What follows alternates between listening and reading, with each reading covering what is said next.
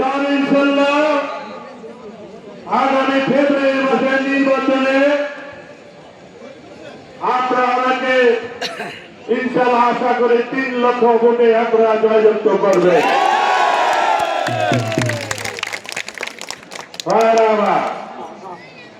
এই ঢাকা 5 আসনে স্বাধীনতার পরে অনেক এমপি হয়ে গিয়েছে, কিন্তু আমাদের এলাকার কোন উন্নয়ন কর্মকাণ্ড হয় নাই। এই ঢাকা 5 আসন একটা বস্তিতে পরিণত হয়েছে।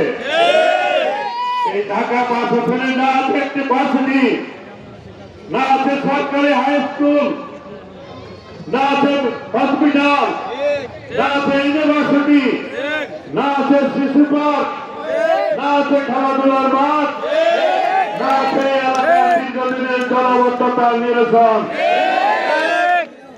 আর আজকে চোখে দেখা এই ঢাকার পূর্বাঞ্চলের এই যে ফ্লাইওভার করেছে, এই ফ্লাইওভার ওঠার জন্য কোন সুযোগ সুবিধা এলাকার মানুষের জন্য রাখে নাই।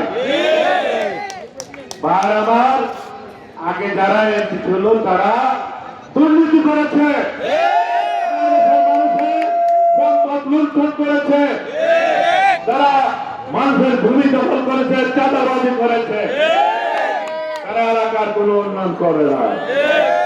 আজকে আমার এই যাত্রাবাড়ি ঢাকা 5